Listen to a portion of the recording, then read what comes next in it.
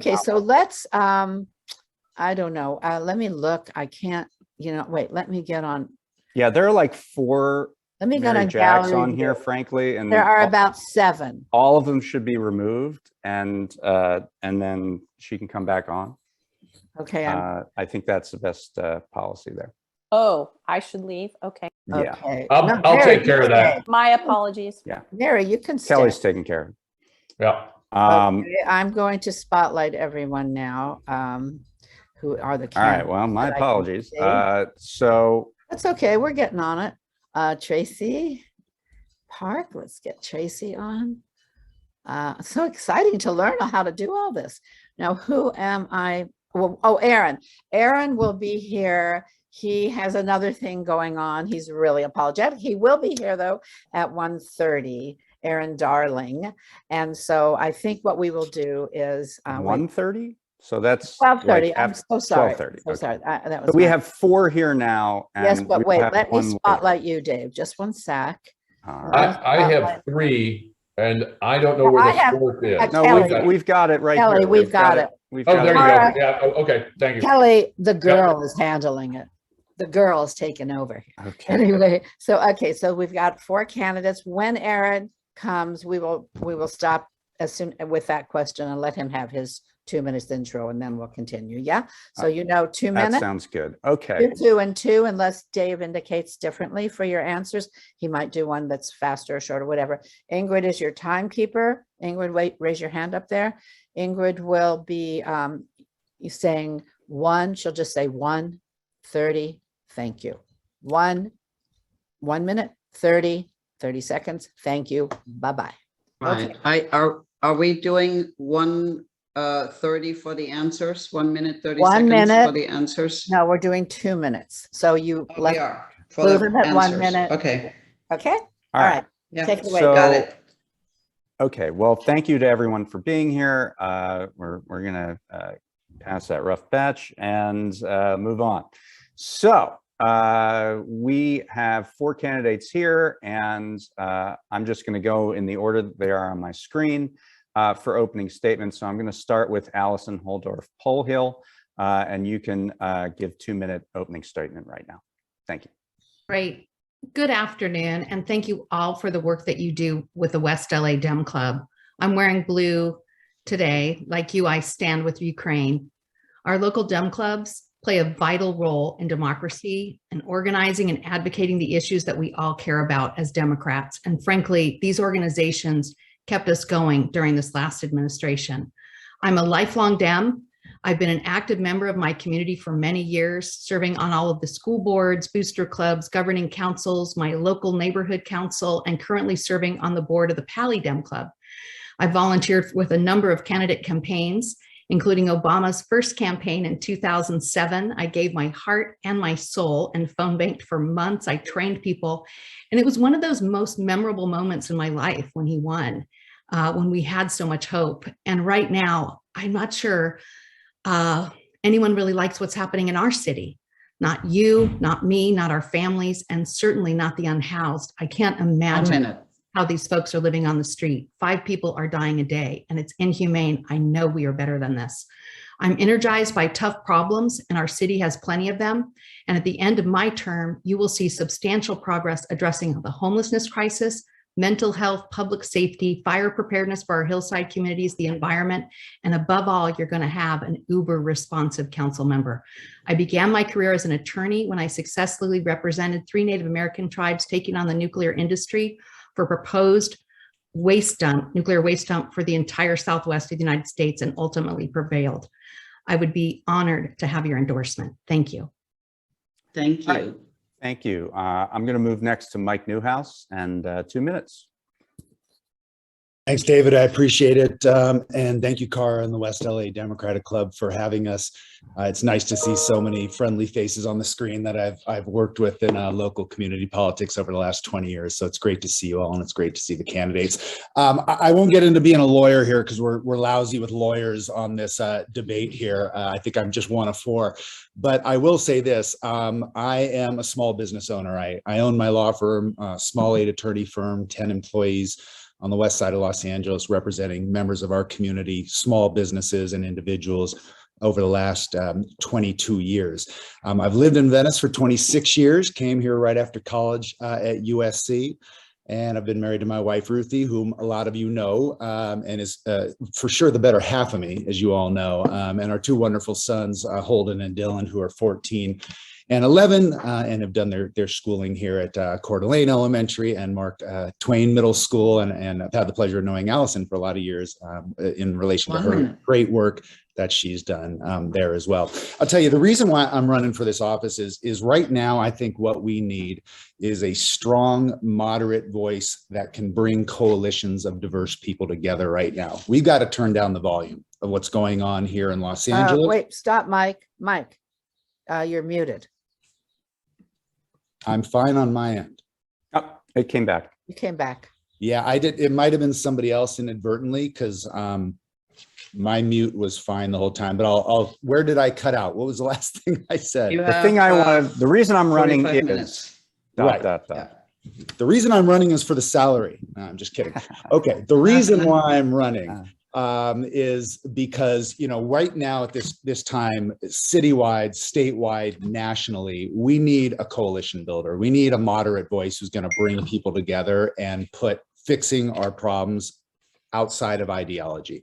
That's something that I've done as the president of the Venice Neighborhood Council for the better part of 10 years. Many of you remember, I founded a group called the West Side Regional Alliance of Councils, which conglomerated all 14 of the presidents of the neighborhood councils and community councils in CD11, and of course chaired that group for 8 years until Mayor Garcetti appointed me to the planning Thank you. for the West LA Area Planning Commission, where I've served for the last 5 years as its president.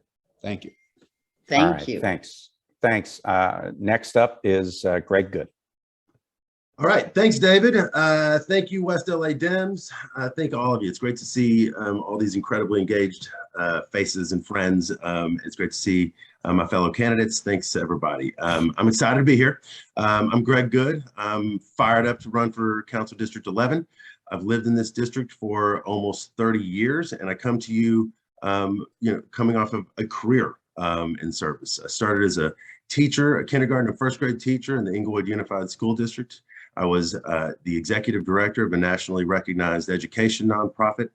I went from there to a little cup of coffee as an actor, but while I was acting, not making any money, I taught 9th grade English at Compton High School, and I taught 10th and 12th grade English and special education at Inglewood High School. From there, I went to UCLA School of Law, where I was the co-chair of the Public Interest Law Fund. And from there, I went to an organization called the Los Angeles Alliance for a New Economy, where I worked intensively on economic and environmental justice campaigns. From there, I went to the mayor's office. I was director of infrastructure. I was executive officer of city services. And for the last couple of years, I've been the president of the Los Angeles City Board of Public Works. I'm a former proud vice president of the West LA Democratic Club. I am a dad of an 11-year-old who went to Playa del Rey Elementary, and also a member of the Marrying Up Club. My wife, Alicia, who is a deputy attorney general for the state of California, is also a firebrand. And what I bring to the table is a lifelong record of demonstrable problem solving, of bringing coalitions together and actually getting to results. Transformative work ranging from getting your street light fixed to actually standing up departments in the city, navigating budgets, bringing folks together from diverse agendas and identifying through lines to get to real meaningful solutions and problem solving. So I'm excited to be here. I look forward to talking about all these issues, and I humbly thank you. Great. And our final candidate who's here right now is Tracy Park. So 2 minutes, take it away. Looks like you're on mute. Sorry, I was struggling with the mute button. Thank you so much, West LA Dems. I appreciate the opportunity to be here today. My name is Tracy Park, and I'm a resident of Venice. I am also an attorney. I am a partner at the largest firm in Los Angeles that represents public entities. I have spent my entire career working with businesses and government entities around the state. In my practice, I serve in an advice and counsel role to a number of cities and other public entities, as well as an outside litigation attorney for a number of large cities. I am very proud that my firm is a women and minority owned business. And I am also very proud to be the chair of my firm's DEI Civic Engagement Group. In 2020 and 2021, we partnered with the Metropolitan Area Debate League 1 minute. and the Bay Area Urban Debate League to mentor and coach students from underserved communities in competitive policy debate. I decided to get in this race because over the last couple of years, the communities in CD11 have been crying out for help. I was approached by a number of businesses and residents and asked if I would take on this incredible challenge. And I have now done over 100 community meetings and designed a platform and a policy that is designed to be responsive to the needs of the stakeholders and residents across CD11. I welcome the opportunity to be here today and to serve as our next council member for CD11. So thank you again for having me. All right. Thank you. Thank you to all four of you, and we'll jump right in. As with the last forum, everyone will get an opportunity to answer the question that I asked, and we will rotate it so that the first person answering the question is different every time. So we will start with this question. As I mentioned in the other forum, according to the Joint Center for Housing Studies at Harvard University, there is a direct correlation between the percentage of a city's population that is unhoused and the median rent in that city. Homelessness is a problem of affordable housing. The city is currently under an order to rezone to accommodate another 255,000 homes citywide by mid-October, or risk billions of dollars in affordable housing grants. I want to know what your plan is to find those additional units of affordable housing. And I'm going to give several examples that you may want to address as part of that. As part of this effort, do you support inclusionary zoning in the district, and at what level? Do you support the construction of social housing in the district?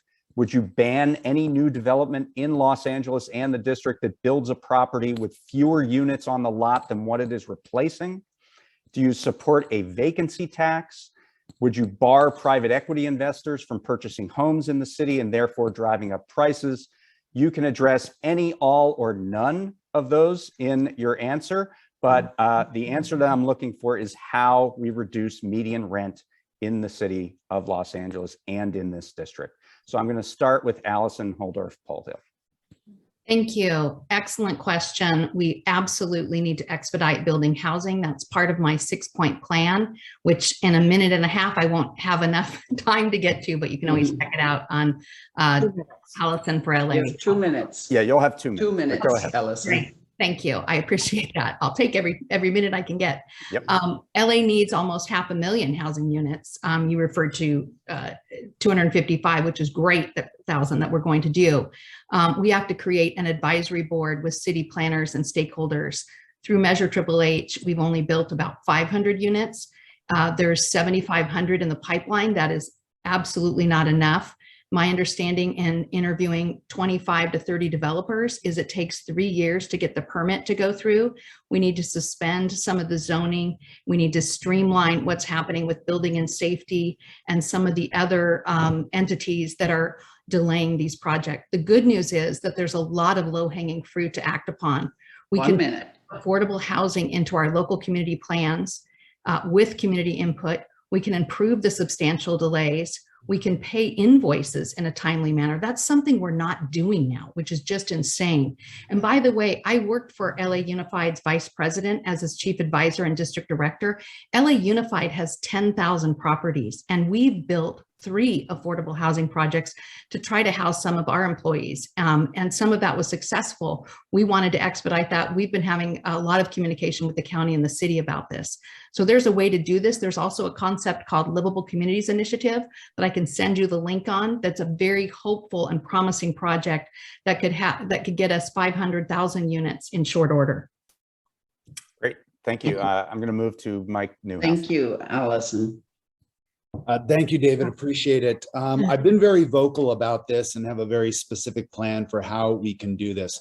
Our quick low-hanging fruit is adaptive reuse of office buildings in our high transit corridors. If you look at either the Wilshire corridor, if you look at Westwood, if you look at Century City, and many other smaller corridors, if we take those buildings, which will never be fully occupied with office occupants again after the pandemic and with the change that a lot of businesses are making to the new economy and people working from home, we can convert those into ultra low affordable, middle income, and on the very top levels, high income housing, which will make it profitable for builders to be able to come in and to do that work. Not only will that add us most of the housing we need and very quickly, it's environmentally friendly. Most of these buildings are already LEED certified over the last decade.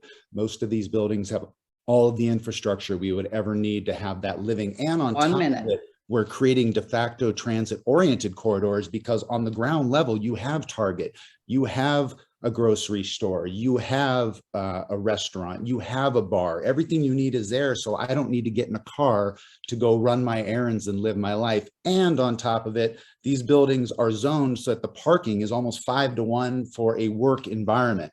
Having only people live there and less people office there, we've freed up a ton of parking, which stops people driving around the block looking for parking, which provides more public parking and encourages less driving, and also frees us up mobility wise so that we have less traffic in these corridors. So that's the first thing we need to do before we even look at anything else. We can solve our issues immediately, and we can also get those buildings back to use, whereas right now they're lying fallow and not doing anything to alleviate our housing crisis. All right, thank you, Mike. Thank you. Going to go to Greg Goode. Thanks, David, for the question. So I think this is it's got to be an all hands on deck endeavor. First off, we got to protect affordability as it exists. So protecting RSOs. And yes, I think certainly coming close to prohibiting any new development that essentially results in a net decline in units is going to be crucial. We need to enforce on our short-term rental ordinance and make sure that we're not losing stock that way, indirectly or directly. We need to certainly expand our building, specifically increasing density in commercial corridors. And what I would work to do is provide concierge service for any good, smart project that includes thresholds of very low, affordable or workforce housing, and make sure that there's liaising happening to expedite everything from LID permits to DBS inspections, which is part of the big thing. Part of that would be in making sure to increase staffing on the permitting side of all those different department and bureaus. We lost tons of people through the separation incentive program, the early retirement program coming out of the pandemic, and that would be crucial there. Also increasing the purchasing authority for the housing department so that they can purchase apartment buildings, hotels, and motels to increase affordable units as well. I also want to talk about what I have done. I was the lead. There was a linkage fee, a fee that essentially developers have to pay if they don't put in affordable units. This idea started with the Bradley administration and it had languished. I was tasked with getting this passed. I brought together a coalition of affordable developers, of labor, of business, and came up with a linkage fee that not only works, but that passed, got the votes, and it's going to guarantee up to $100 million in funds in the Affordable Housing Trust Fund in perpetuity. Doesn't sunset. I got that passed, and I'm very proud of that. Great. Thank you. And we'll wrap it with Tracy Park. All right, thank you very much. You know, we have very low vacancy rates across the city of Los Angeles, only about 5.5%. So even finding a place to live, much less an affordable place, remains a challenge. It is imperative that we immediately begin the process of prioritizing the production of new housing units. And I agree with what the other candidates have said about concentrating those units in our commercial corridors and effectively reusing existing infrastructure to more quickly and efficiently get those units available and online. I would also like to see fees waived entirely for the production of ADUs. I have had conversations with multiple folks around the district who have complained about the excessive costs associated with relatively small projects like that. If we want to incentivize people to contribute to the housing market, we need to actually make it easier for them to do so. With the average rent on a 2 or 3 bedroom ranging between $3,000 and $4,000 a month, an average family, if they were spending 30% of their income on housing, would need to make about $160,000 per year. What that means is that housing simply is not affordable for many of our working class families. And therefore, I will personally have staff dedicated to assisting our community builders, particularly those that are working on affordable housing. Under the city's plan to house LA, only about 30% of the new units to be built under the RHNA numbers are affordable. And with existing financing, we're likely only going to meet about 1/3 of that goal. One of the things that my staff will do is help builders secure the funding that they need and really streamline that process from start to completion. Thanks. Thank you. Okay, thank you. This next question, we're going to start with Mike. And this is similar to a question I asked in the other forum. The 2 pandemic years, 2020 and 2021, saw the lowest levels of citywide crime since 2015. True story. Yet violent crimes like homicides have spiked significantly. And one of the real problems with that is that they're not being solved. LAPD's clearance rate for solving homicides was down to 55% in 2020. As Jill Leovi's book Ghetto Side brilliantly explains, historically, the clearance rate in Black and Latino communities in Los Angeles is unacceptably low. This poisons trust in our law enforcement. Setting aside the very charged issue of funding, how would you improve the actual solving of crimes in the LAPD, and how will you hold accountable the LAPD for not solving crimes? Yeah, I think it's a fair question. I don't think we can divorce the police department's ability to do its job from the shortages of staffing we're having right now, both in terms of our officers and in terms of our civilian force.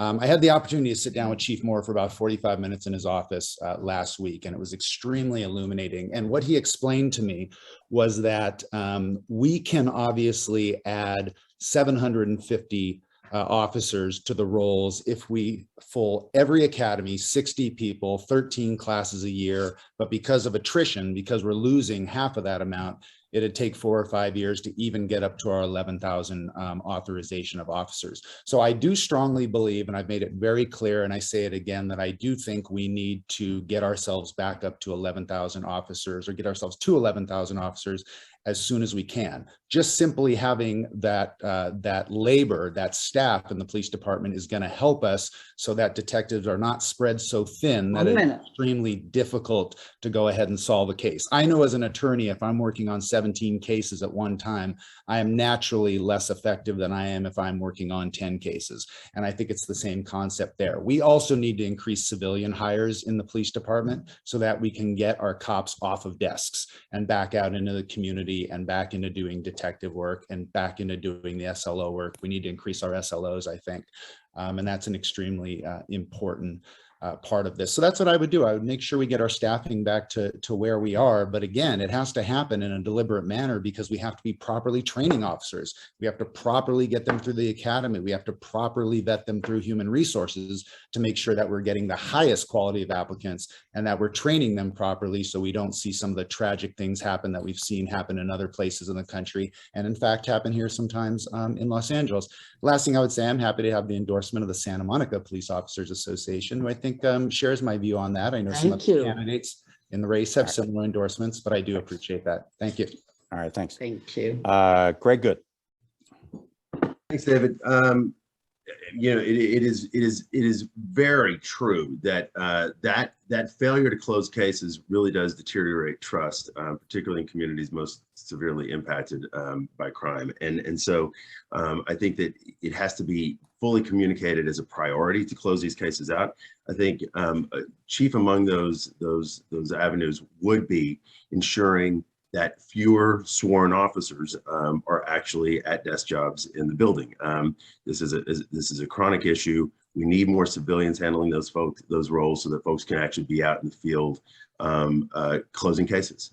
I think also, you know, the way to get to this is going to really be around collaboration. It's going to be working with the new mayor. It's actually going to be working with the police commission. I've had the opportunity over the years to work with commissions, and commissions can have very significant impact on driving priorities. 1 minute. For bureaus and departments.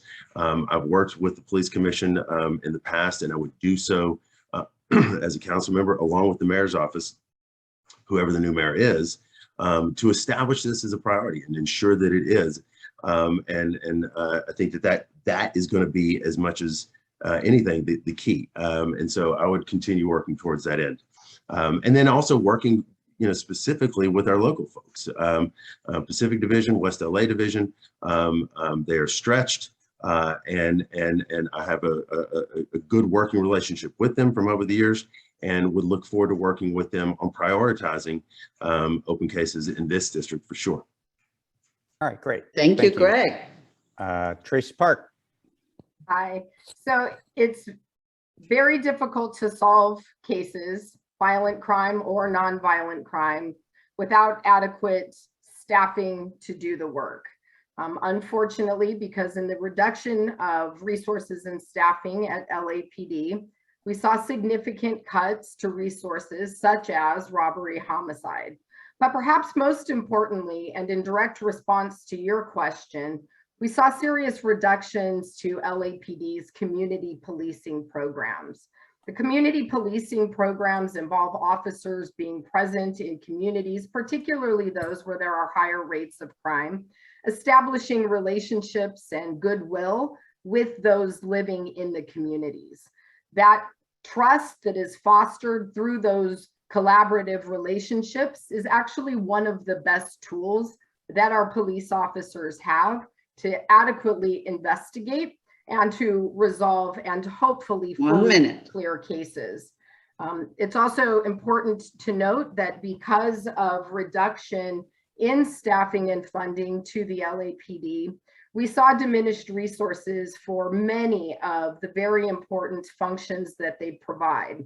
Our HOPE team was eliminated. Our mental evaluation unit had significant resources cut as well. And meanwhile, the department accrued $50 million in overtime liability. And this is something that our next mayor is going to have to deal with. So I think it is absolutely essential to ensure that they have the staffing, the tools, the resources, and the collaborative community relationships necessary in order to do their jobs. Thanks. All right, thank you, Tracy. Thank you. Allison Holdorf-Polto. Thank you. It is critical that we prioritize the ability for LAPD to solve crimes, to restore the trust and faith that the community has. And we know that it's our Black and brown communities that are hit the hardest here. One of the issues we have is we simply do not have enough officers that are street ready. I agree with what my colleagues talked about, which is to civilianize some of the desk jobs. And that was done by Ron Galprin way back when in 2017. We need to act on these reports that are sitting on the sidelines. That's a skill set I have, and something that I did with LA Unified when we ran into some red tape to expedite getting more substitutes and teachers in classrooms, for example. And I think we can apply the same philosophy and get more officers on the street. We also need to make sure that we're putting our social workers and clinical health physicians out on the street and able to interact with folks who have those mental issues, to free up the officers to focus exclusively on what they're trained to do, which is to solve crimes, to prevent murders, and to find that murderer, to find that burglar, to find that robber, the robber. And these things can be done. We need to increase effective diversion programs. But one of the other things I learned in talking to the captains within CD11 is that they're really behind on technology. For example, it takes them 4 hours to process an arrest, and they need enhanced imaging systems. Again, this all helps in solving crime because it frees up their time. Instead of spending that 4 hours to process an arrest, they can spend that time to focus on solving crimes. We also need to build out a system to attract and retain officers, and our social workers, right, that are going to help us. And that is critical, that we get that affordable housing, that workforce housing, so that we can attract and retain people within LA. So it's all, it circles back together. Again, that is where my skill set comes in handy. I've dealt with that in LA. Thank you, Allison. Thank you. All right, thanks very much. We're going to move to the next question, and Greg, you'll be kicking us off. So this is a question about transit. Last November, the city resumed LA Now, which is a weekday shared ride service for Palms, Mar Vista, Venice, and Del Rey. It's $1.50 a ride, 75 cents for seniors, cheaper than standard public transit, and significantly cheaper than Uber or Lyft, which, while similarly going point to point for riders. Do you support this microtransit shuttle for our community? Would you consider expanding it to weekends where it's seemingly more needed? And what else should be done to improve transit in this district? Thanks, David. I do believe that I would absolutely look to expand LA Now. I think it's proving to be successful, and I would like to see what we can do, and relatively cost effective in terms of the capital expenditures and the labor costs in doing that. So I would very much like to expand that and see how far we can go with it. I think other elements that are crucial to transit in the district are ensuring that our mega projects, the Metro mega projects, the Crenshaw LAX line and the Purple Line extension are delivered on time. That's not a small task. That requires a lot of engagement and collaboration, both with the community and with Metro. I've worked with Metro on those projects for years and would continue to do so. I think it's also really important to make sure that we're making walkability more appealing. Some of the elements of the Great Streets program, which is being implemented on Centinela, for example, in Del Rey, can be applied district-wide in key commercial corridors. Shade trees, street furniture. Those are important elements, and widening of sidewalks where it's appropriate and where it works. Those are important elements of encouraging people to get out of their cars. That doesn't really address transit per se, David, but in terms of enhancing walkability.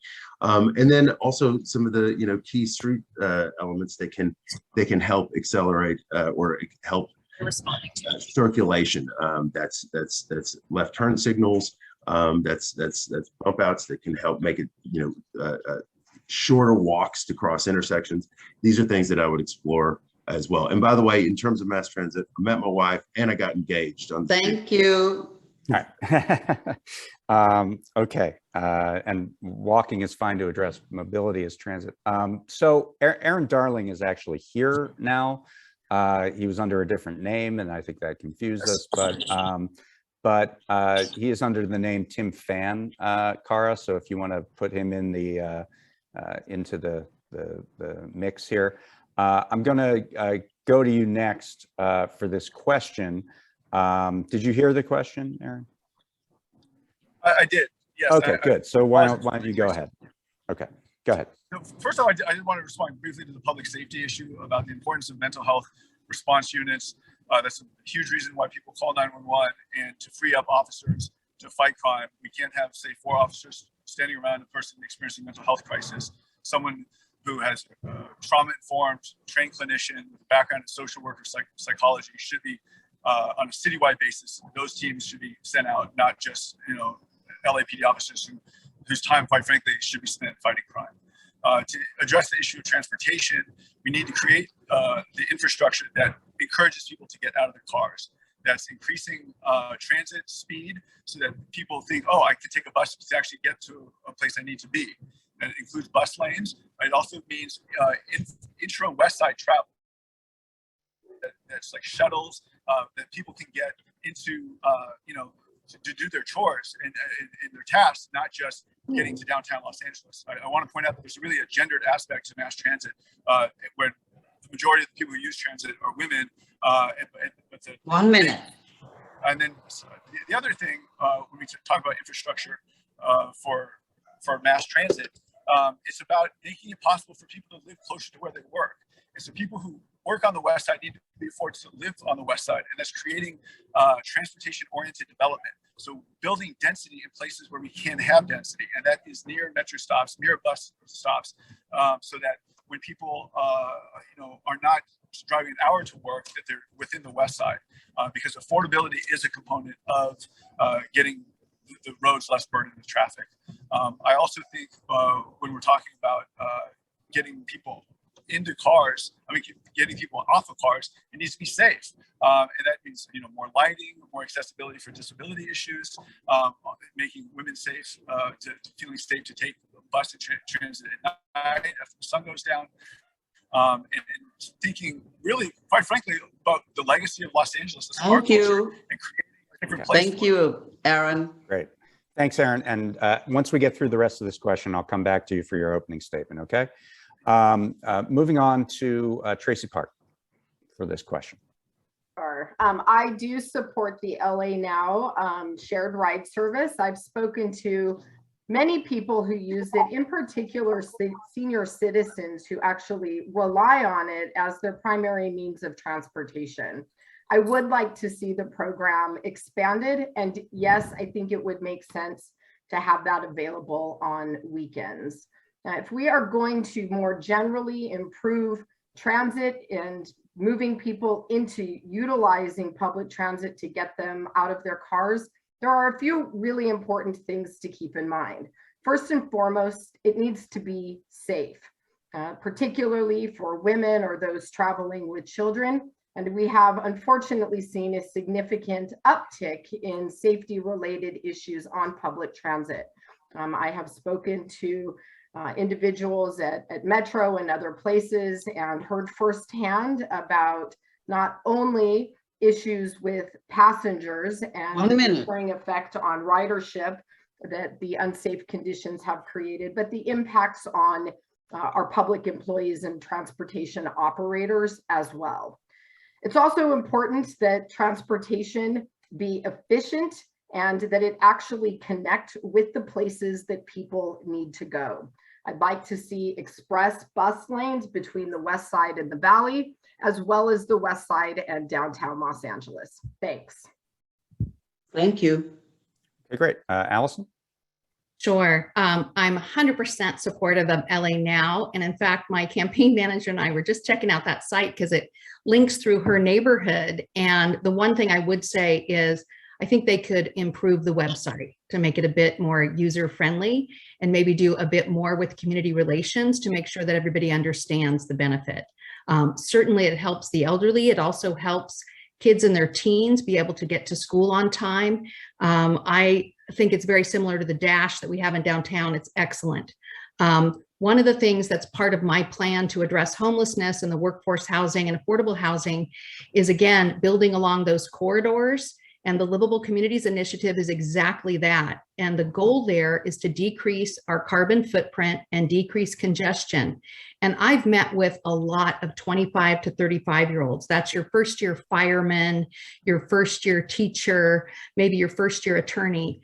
And these kids, I'm calling them kids because they're the same age as my kids. They 1 minute. want to live in LA. They can't afford a house and they don't want to be car dependent. So this type of building along the major corridors and increasing mass transit is what we absolutely need to do.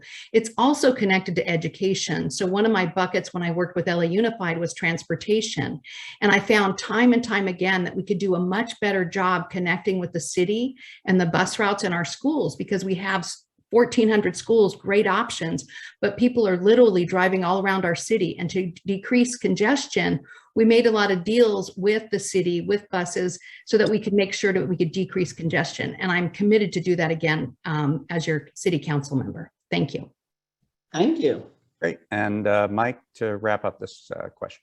Yeah, thanks, David. I appreciate it. Look, first and foremost, absolutely, I support LA Now. And in fact, in Venice, when I helped found an event here called the Venice Art Crawl, we started working with a company called Circuit, who's been running microtransit in Venice and Santa Monica for many years now. It works very well here, and it can work great throughout the city. My grandmother, who uses Access Paratransit out in the suburbs, which is a little different than this, but it accomplishes the same type of thing for seniors. It can be a wonderful thing to bridge that gap.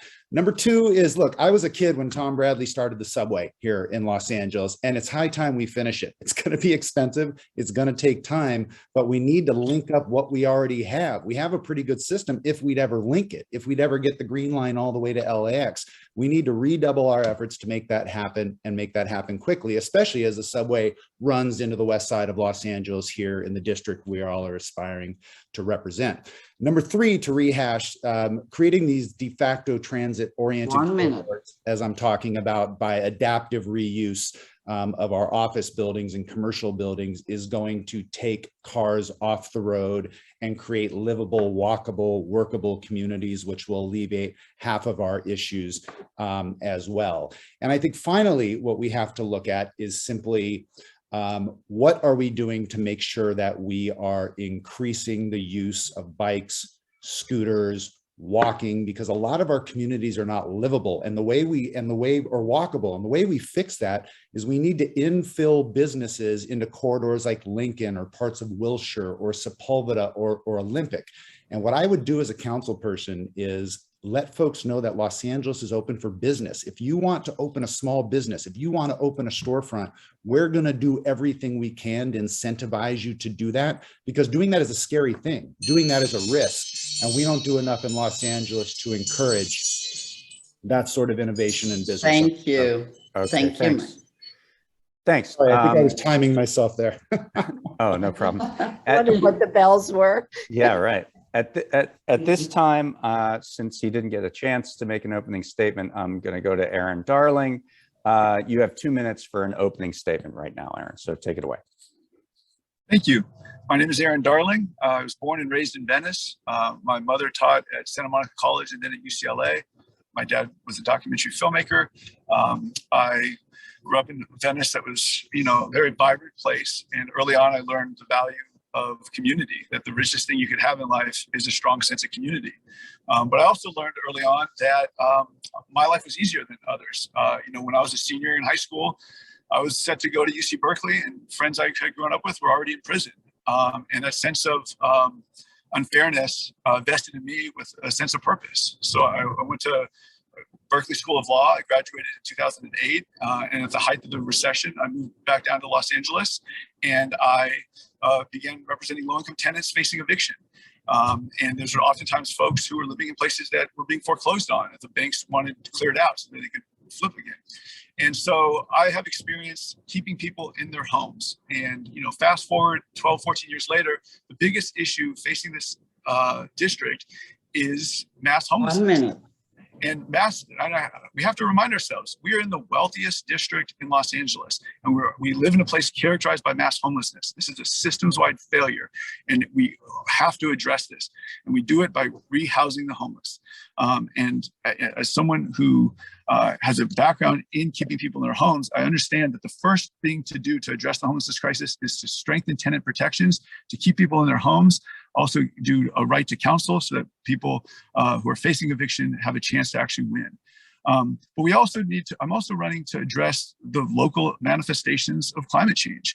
You know, we have the Santa Monica Mountains, we have Bayona, we have the coastline, and these are all going to be affected and are currently being affected by climate change. And so, and on a citywide level, I'm running to make sure that City of LA transitions to 100% renewable energy by 2035. LADWP has multiple plans, and one can consider getting there by 2035, and we have to. Thank you, Aaron.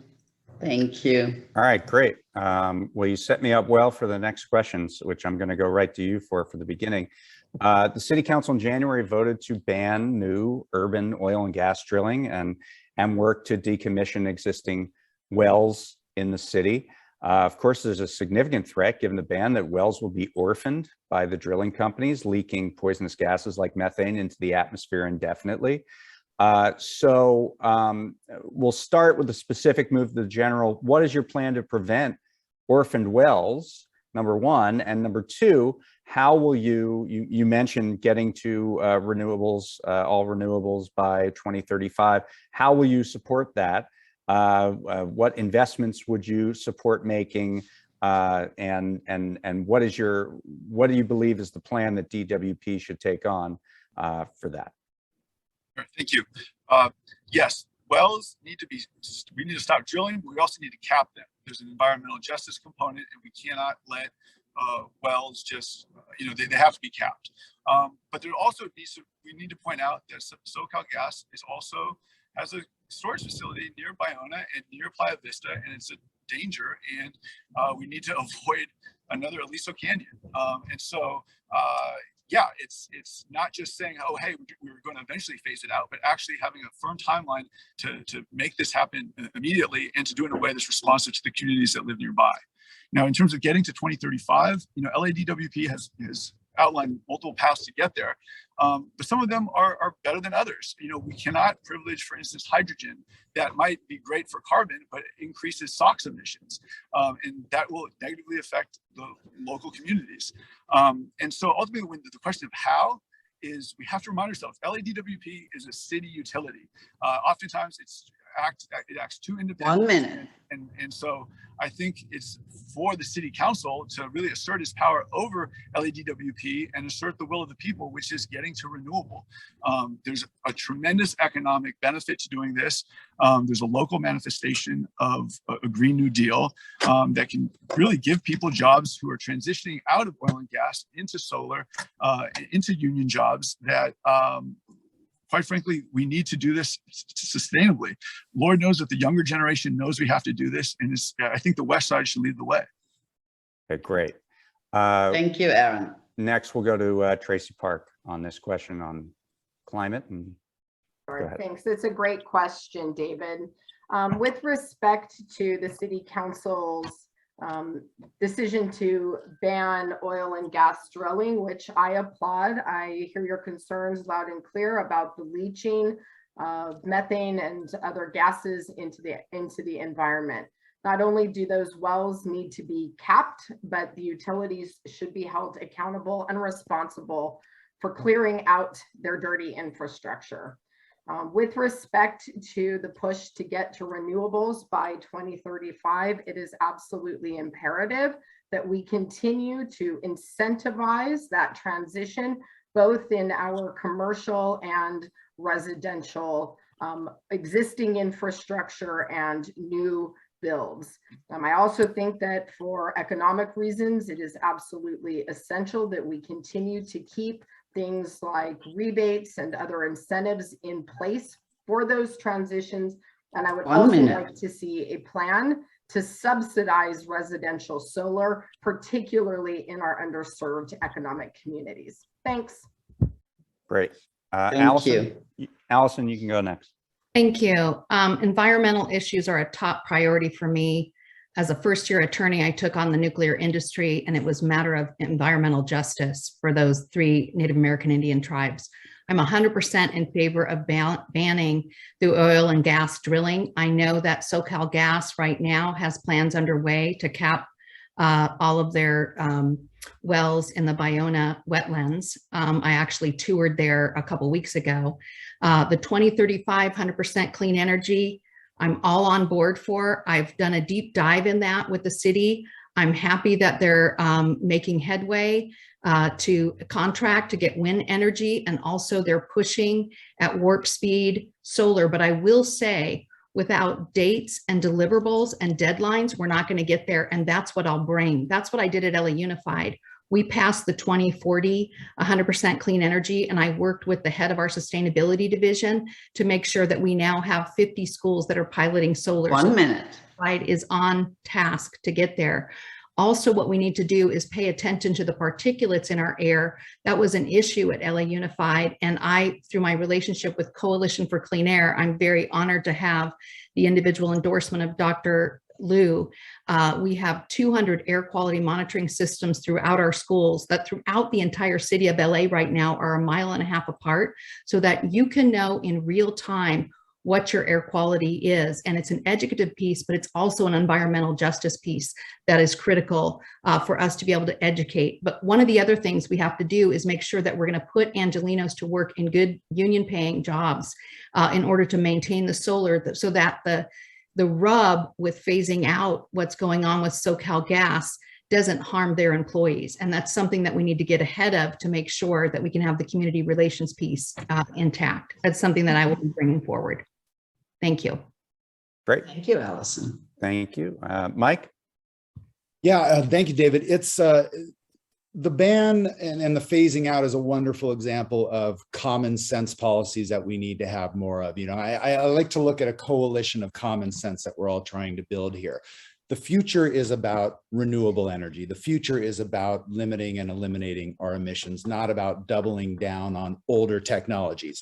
If we had not stopped burning wood and gone to coal, and not stopped coal and gone to oil, and not stopped oil and gone to renewables, where would we be? So anything that helps move us towards a more sustainable energy future, I am a huge fan of. Many of you know my entire background through college and law school was being an environmental science major. I've held positions at the Sierra Club, at the Wilderness Society in DC, at the Natural Resources Defense Council, the Environmental Defense Fund, and the City of Environmental Affairs, the Environmental Affairs Department within the City of Los Angeles. So it's a very near and dear issue to my heart, and something that I have a lot of experience in. What we need to do is we need to also look at this as a green economic future. When I was in college, I remember looking at these issues and saying, wouldn't it be a wonderful time when we get to the point where we don't have to choose between environment and economy, because it was not economically feasible in a lot of situations without causing unintended consequences to go green. It is now, and it has been for some time. We should make Los Angeles and the west side of Los Angeles an epicenter of green energy, of solar, of wind, of water, of renewables that we're talking about that are now known, proven, and can get us to an energy future. And one of the easiest ways we can do that are on top of our own roofs. A lot of folks have talked about solar. I put on 36 solar panels on top of my house 10 years ago, and I haven't paid a electricity bill since. So I speak from personal experience, and that was with photovoltaics 10 years ago. Not even as good as they are now.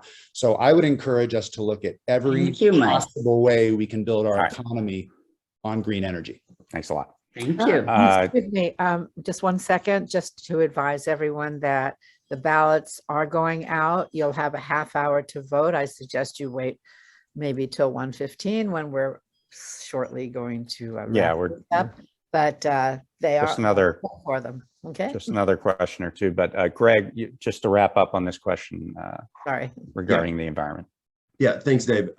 First of all, we obviously have to phase out oil drilling. And one of the key first steps is actually moving forward with what's called an amortization study. That's a study to essentially figure out the value of all the wells that exist in the city and what the city's going to have to do to get those folks disinvested from those. I'm proud of the fact that I co-signed and wrote and drafted a report with the city planner, Vince Bertoni, to actually get $3.5 million in the budget for the Office of Petroleum and Natural Gas Administration and staffing to move forward with that amortization study. It'll be a groundbreaking, literally, study that that unprecedented in the United States, and it's actually predicate to moving forward on stopping oil drilling in the city. I also think we need to engage in a oil drilling compliance program.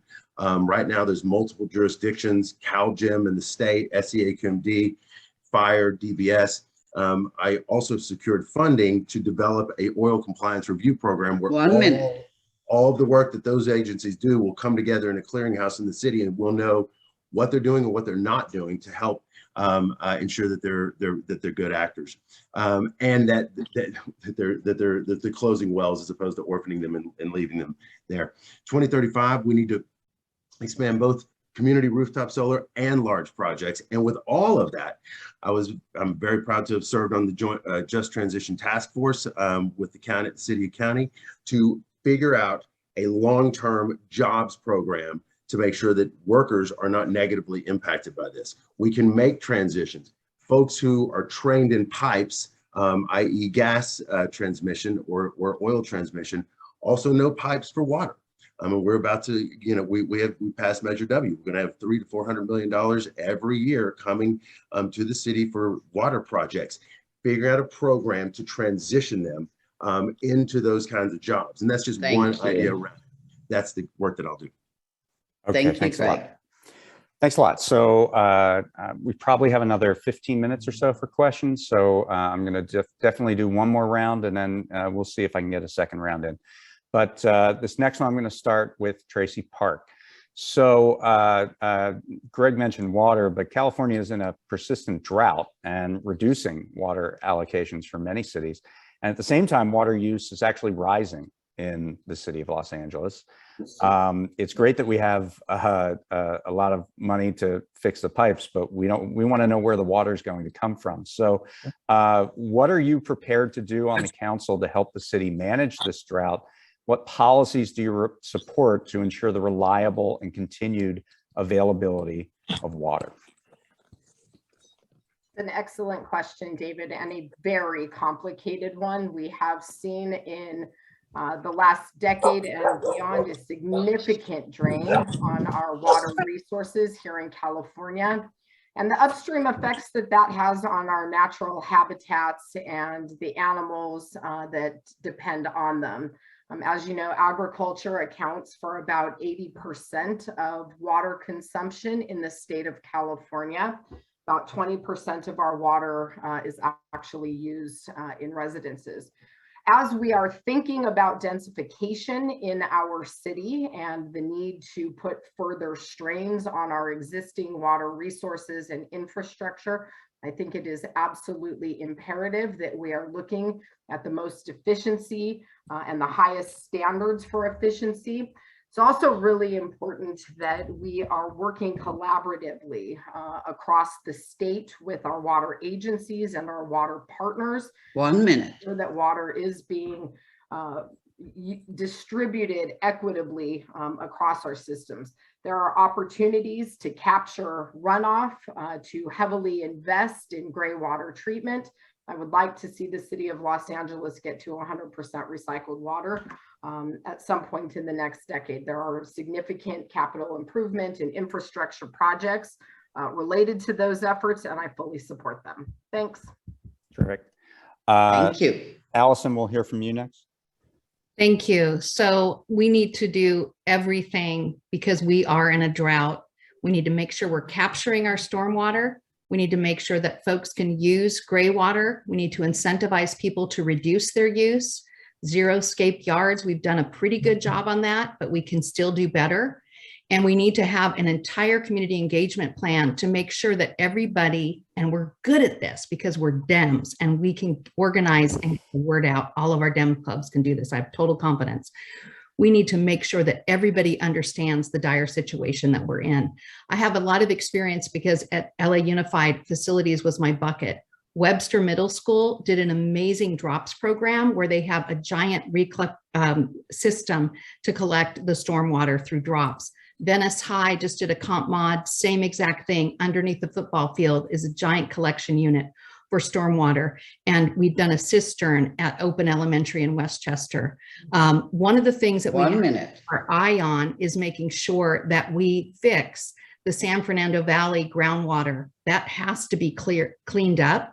And we have to expedite that because right now we don't have safe water in those basins. So that's something we can do. There is so much money coming into the state of California, and we have to make sure that the city of LA gets that money in the billions to make sure that we can clean up our stormwater capturing devices, and that we can also accelerate treatment of the basins to store more stormwater. So I'm confident we can do it. But again, I'm the person that has the timelines, dates, and deliverables, and I'll make sure that we implement that. Thank you.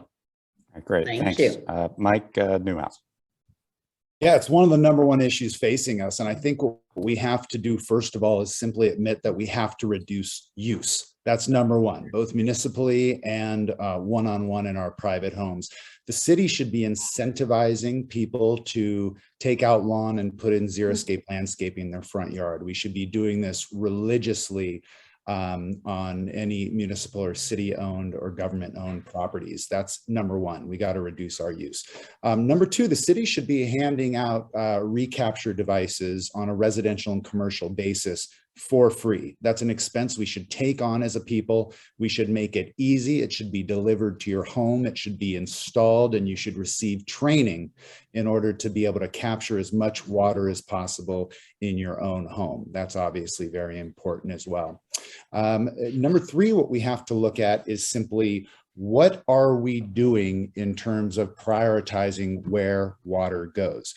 And right now you have a situation where 1 minute. Aiming water in too many directions where we simply don't need it. We need to recycle any sort of non-potable uses that we have so that we're not using any new water for those sources.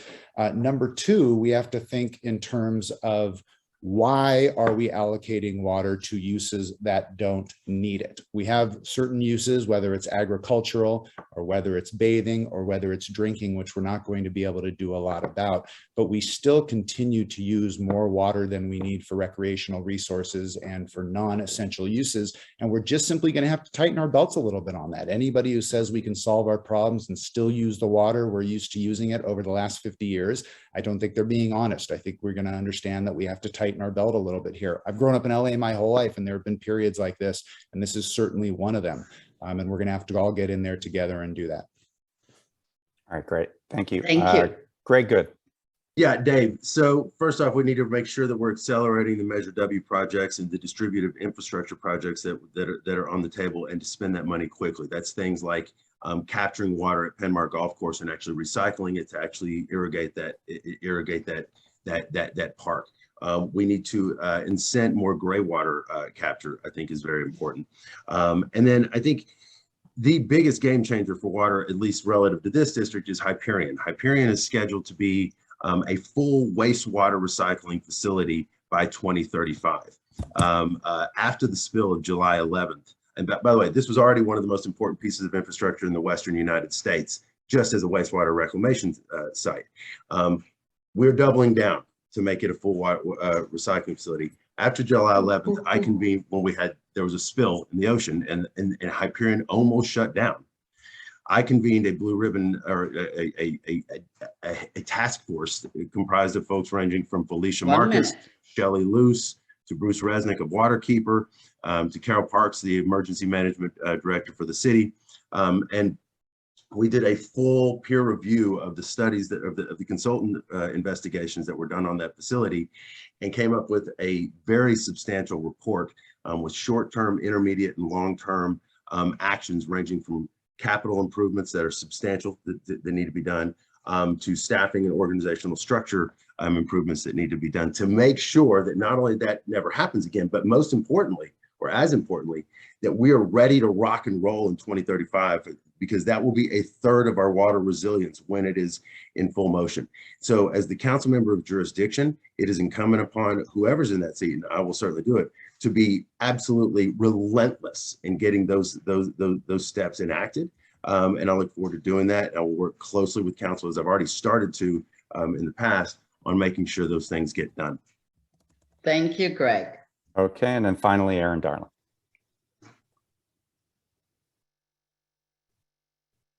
Oh, you're on mute, Aaron.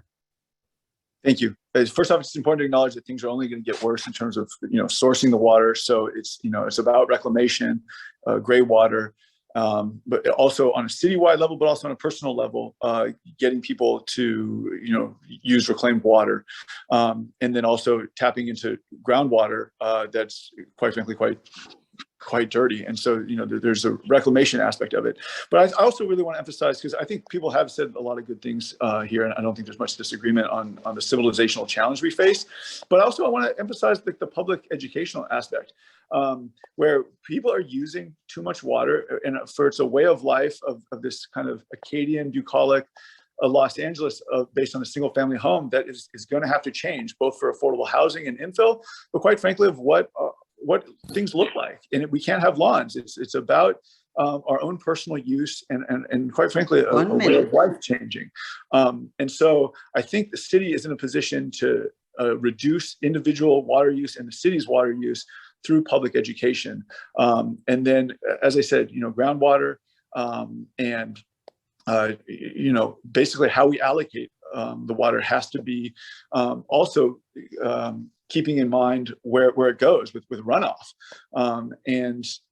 Hyperion, speaking as a surfer, the dirty water in the Santa Monica Bay affects our health. And so we not only need to be smart about how we're allocating it and individually using it, but where that water is going.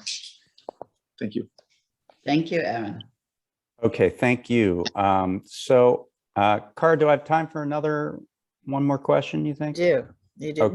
Well, actually, maybe it's one. Why don't we do closing statements now? Yeah, that's what I think so. Okay, yeah, very good, because I know you guys have it 2 o'clock. So we will then go to closing statements. I believe who went last in the opening statements was Tracy.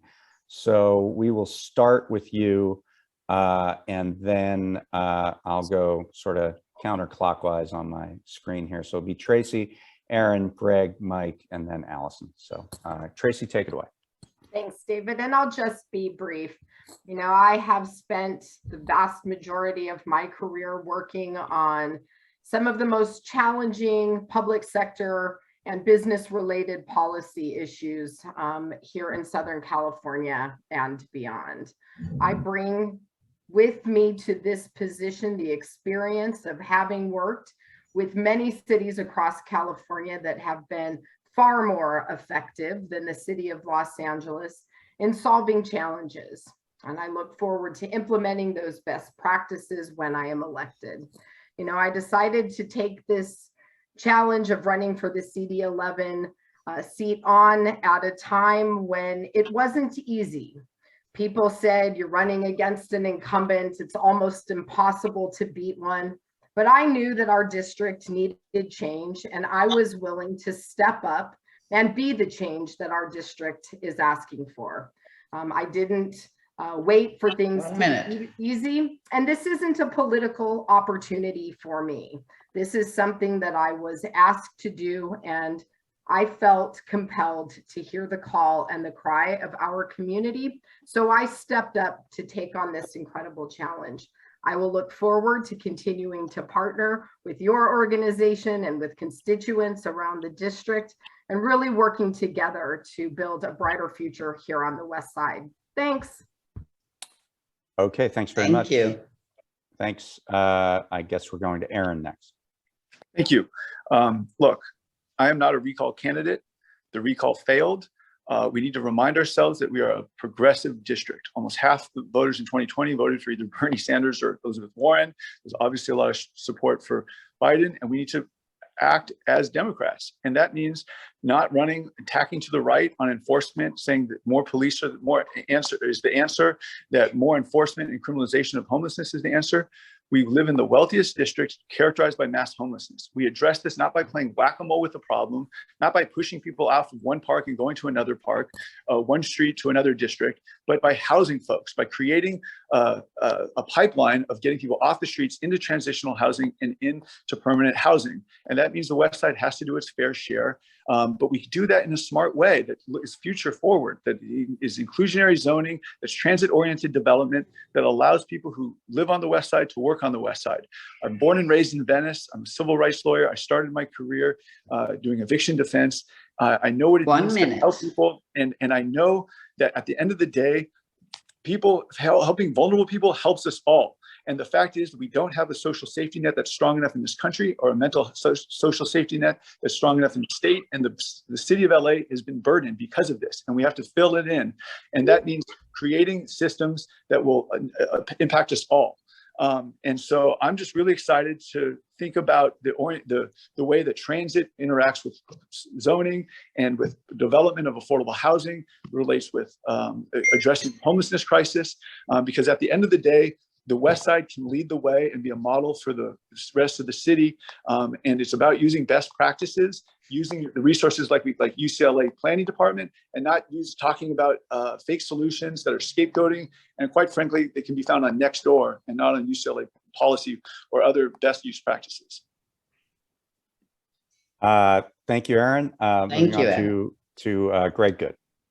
Thanks, David. And thank you to the West LA Dems. Thank you, Cara. Thank you, Ingrid. Thank you, everybody. It's been a genuine pleasure being with y'all. It's like coming home.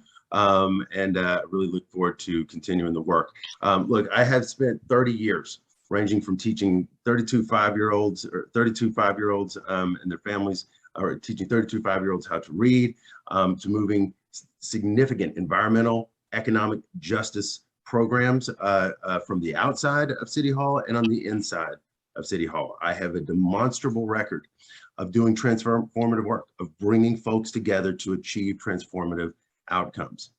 We are staring the eyes of multiple existential crises. And we're at a point in our city's life and in this district's life where we can't afford a learning curve. And so on top of the ideas that you will all discern and think through where you feel most comfortable, I think the very key question that everyone needs to ask is, who on this screen do you think is ready to achieve outcomes on day one? Who's going to get to real results on day one? I'm confident that I'm that candidate. I'm confident in my ability to get it done. And in that vein, I ask for your support. Thank you. Thank you. Thank you, Greg. All right. Mike Newhouse, closing statement. Thank you very much, David. And thank you to the club and to all the candidates. I mean, obviously, we have an embarrassment of riches in terms of candidates across the board. And our candidates have certainly, we all have our own lanes. So there's a good chance for people to actually make a choice here. Look, I want you all to go to my website, which is newhouseforla.com, and look at each of the 9 policy areas I've detailed out there. The detail is enough as I joke around to put you all to sleep for the next 9 nights in a row. If you want to get the gist of it, read the first paragraph. I have detailed plans for everything we're doing and why. Greg brings up a very good point. Our next city council person has to be able to hit the ground running. I've known most of you for 20 years. I've known you through running the Venice Neighborhood Council, through running RAC throughout CD11, and then through running the West LA Area Planning Commission. I've done it all as a volunteer for no pay, while building a small and successful business on the west side of Los Angeles, representing many of you who I am proud to call clients here on this call. What we need is somebody now who's going to be a uniter, who's going to bring everybody under one roof. The most important part of those 9 points I have in there is called civil discourse, and I want you to read it because I wrote every word of it. Talks about how what we need to do is find our commonalities. What I pledge to do is, even those of you who might burn me in effigy on a daily basis on social media, and it happens, and I see some of you here today, you are welcome at my table. You are invited to my office. I'm going to work with you. I'm going to listen to you. And at the end of the day, I'll make the hard decisions. I might turn the car to the left. But you know what? If 6 months down the road, I miss something, if 6 months down the road, new data comes to light, if I need to put my ego aside and turn that car around, that's what we will do. That's the only promise I make in this race. I will listen to you. I will make the best decision I can based on 20 years of volunteering in this community and running a business. And if we need to change direction, we will. We will not double and triple down on failed policies, even if those policies are my idea. Thank you. Thank you. Thank you, Mike. Okay, and we're going to wrap up here with Allison. Go ahead. Thank you all for having me here today. I'm running for this position because we have 3 major crises: homelessness, housing, affordable housing, and the environment. I'm a lifelong Dem. I've lived on the West Side for the last 30 years, and I've been in service. I'm known for bringing people together and fixing problems. I have 100, that's right, 100 community leaders that are endorsing me. and can give individual testimonials as to what problems they brought to my attention and what problems were fixed. We literally have an emergency, and we as Democrats, we shine in emergencies. I understand that education is the cornerstone of democracy, and most recently working for the LA Unified Vice President Nick Melvoin as his chief advisor and district director, when the pandemic hit, we had 83% of 500,000 students that were relying on the district for breakfast, lunch, and dinner. And I remember we were all horrified when we had to shut down the schools. But the first thing we did was set up grab and goes, and we ended up serving over 1 minute. million meals, 140 million meals, because we had to, and we did it. And that's what Democrats do. We also doled out digital devices. People are experiencing homelessness, and they are suffering, and they need a place to stay. And it is unsafe and unhealthy for neighborhoods to be surrounded by encampments. We need to act swiftly. And on day one, I will treat this as the emergency that it is. If you go to my website, AllisonforLA.com, I have a 6-point plan. I also think the threat of Roe v. Wade has not been discussed today, but that is looming large in our nation. And I will ensure that we are a safe haven for women in our city. It is unbelievable that here in 2022, we're talking about turning back the clock on reproductive freedom in this country. I am sickened and disheartened of that. And that is one of the other reasons why I think it's critical that your city council member keep their eye on that ball as well. We have to make sure that we can end homelessness in our city. I know that we can, but at the moment, the left hand and the right hand are not communicating. Thank you. Thank you. All right. Thank you to all our candidates. It was great to have 5 of the 8 people running for this seat here. And I'm going to turn it over to Cara because we're a little tight on voting here. So go ahead, Cara. Thank you, all of you. Thanks. Thanks, Dave. Yeah, so I'm sitting here monitoring. I don't get to see how you vote, but I can see if you have voted and if you have opened your ballot. So first of all, though, I do want to thank all of you. What a stellar group we have here, really. We should all be very proud that so many people step up. Not all have the same ideas, not all have, you know, just the same way of thinking about, but everybody, I think, believes in what they're doing. Everybody feels that they have the best vision for making our city a better city, and especially our district, our precious CD11. And so thank you again, everyone. Please, I'm going to start calling out names and taking names, right, of who has not yet voted. And if you've gotten your ballot, so if you don't mind, Dave Dayen, Mike Bonin, Michelle Sutter, Mary Jack. I didn't get a ballot. Yeah, you should have. You should have been texted to you. Nick Antonicello, Susan Blanchard, Rose Rice, Sarah Roos, Sarah Homan, Cynthia Hart, John Katz. Whoa. Mike Bonin, did I say? Ira Kozlow, Joan Gallagher. Oh my goodness. Next, Lydia Brazone, Hector Brazone, Nikki Legacy, Mike Dreeben, Francis Penn, Pam Sparrow, Stephen Veers, Kelly Willis, Michael Sonoff, Deborah Kennel. So, and oh my gosh, a lot of people have not. Stephanie Nordlinger, Daniel Tam, Keely Field, Kim Drobny, Dennis Aoki. So far. Cara, I voted and I have the confirmation number, so it should be in there. All right, let me go back. So weird to do this, I'm telling you. Cara, you're only texting the ballot? No. Email and text. I did not get a ballot. Wait.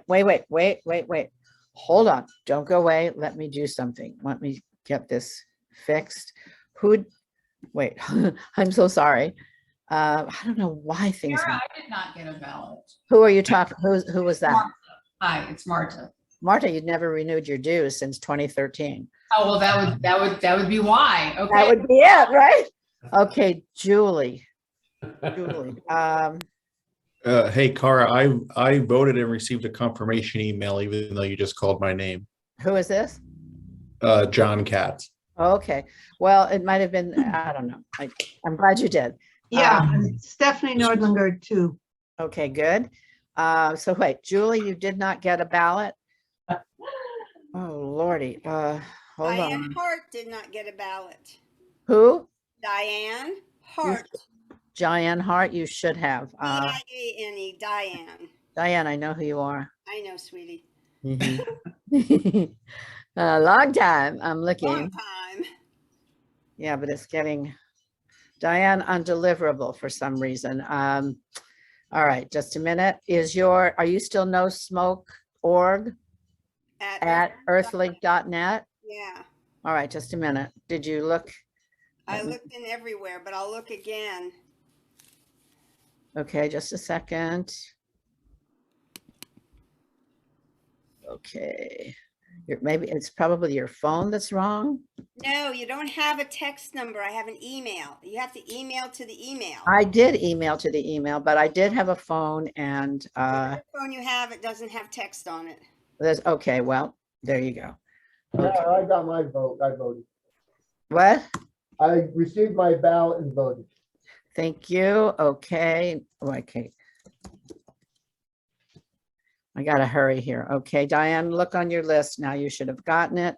Okay, Julie, I will add you now if I can. It's just not easy. Let me see.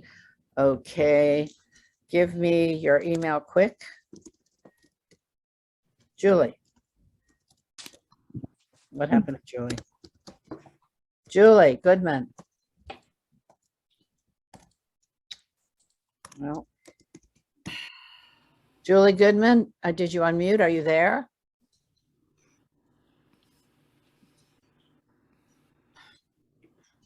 Well, we'll see.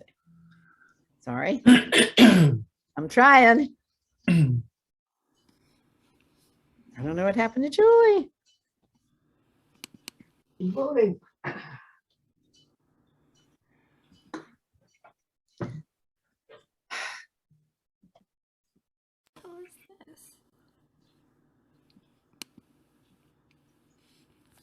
Kara, I just sent you Julie's email. I just sent her an email. Is it at Mac?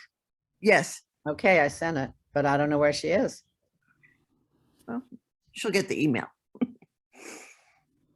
Okay, you guys, 1 minute. Diane Hart, I still have not received an email. Diane, I sent it. All I can say is I sent it. Cara, do you need the candidates to stay? No, no, no. You guys have another. You have another. Yes. Okay, we're going. Thank forum. you. Thank you. Someone will tell you the results. Thank you, Okay. Alva. Thank you again. Diane, I would send Kara a direct chat. I'm going to do that right now. Okay. In case you had the wrong email. Well, I just said it, and she said that was it. Oh, hold on. Look in your spam. Look in your spam. I looked everywhere, honey. Oh, okay. That's done. You also sent it to people's phones, didn't you, Cara? I got it both places.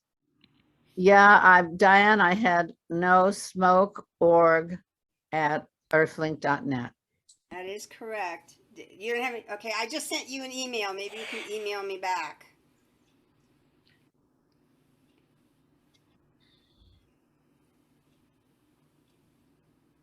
Did you get my email?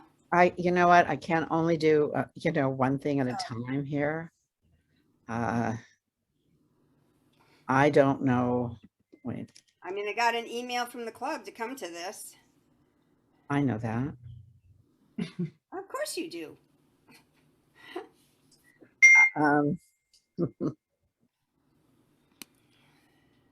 Okay, I think, I don't know, Diane, I'm really sorry. Bummer. I mean, we have your email. There's rarely mistakes like this. Your email was correct. I don't know. Look in, she should look in junk mail in spam. Carol, why don't you just ask her to? Can I just give you a voice? You already know. I already Can she said. check? I already Can she know. check? I already know, and if it makes a difference in the total, then we'll figure out, I'll get a hold of Election Buddy and Or I figure it out. can email it to you. Can you text, Kara, can You you know text? what, you know what, don't everybody, you know what, I'll figure it out, okay? I mean, it'll be fine. Let me look at the results now. See what happens. You're all going to get the results. While you're looking, let me break in here audio. There's been some question about whether there will be a copy of the chat. And as far as I can tell from past performance as well as current settings, yes, there will. However, I have not been able to figure out why people have not been able to record it themselves. So it will be there. I'm not sure how we're going to distribute it. This meeting will be up on YouTube at some point after we get the recording and get it down. They finish processing it, et cetera, et cetera. So that should be tonight or tomorrow morning. Okay, thank you. Thank you. I want to announce the results now. Okay. All right. Thank you. Okay, here we go. As usual, we do not have an endorsement. You know, if it was majority, Kevin DeLeon would have won. Kevin DeLeon had 51.7% of the vote. Karen Bass had 35% of the vote. Mike Feuer had 6.7% of the vote. No endorsement had 6.7% of the vote. So yeah, so we did not have an endorsement. I think it was good though. I mean, it was very exciting. I wasn't really surprised because I know the candidates all did a really good job, and that's it. So thanks.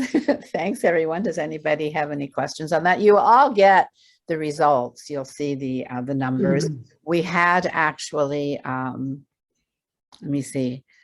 We had, of the 76 emails we sent out, it wasn't terrible. 61 ballots were submitted, and 2 of the notices were undeliverable. Somehow yours, Dayen, was that. It would not have made a difference your vote because no one got that nearly impossible 60% for I'll send her. Let me send her. for endorsement. So, well, I want to thank you all again for coming and joining us. You got a lot to look forward to. We still have city controller, city attorney. We have all the judges, and there's going to be a lot, and I'll find out about them next weekend. Or what about CD11? Oh, sorry. Oh my gosh. Where am I? I thought I forgot. Thank you. Hold on. Let me go back. Okay, CD11. Again, we did not have an endorsement. Greg Goode was the leader here with 47%. And then we had Aaron Darling with 21.6%, Mike Newhouse with 11.8%, Tracy Park 2%, Allison Holdorf Polhill 3.9%, and no endorsement had 13.7%.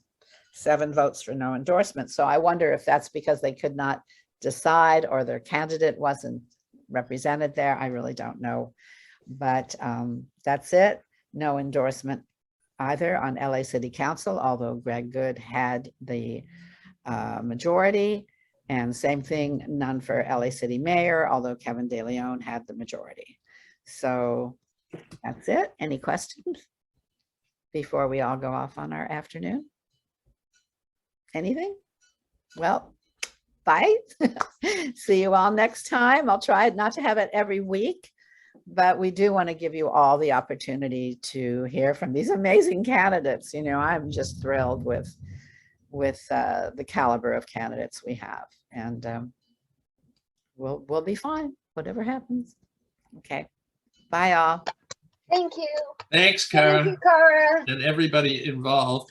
Yes. And thank you, Dave Dayen, very much. What Yeah, a thanks, Great Dave. job. amazing Great job. moderator, huh? Great questions, Excellent questions. and different. you know, not the same ones everyone is asking. Right. So anyway, thank you. I will sign off now. Bye-bye. Thanks, Cara. Bye. Great job.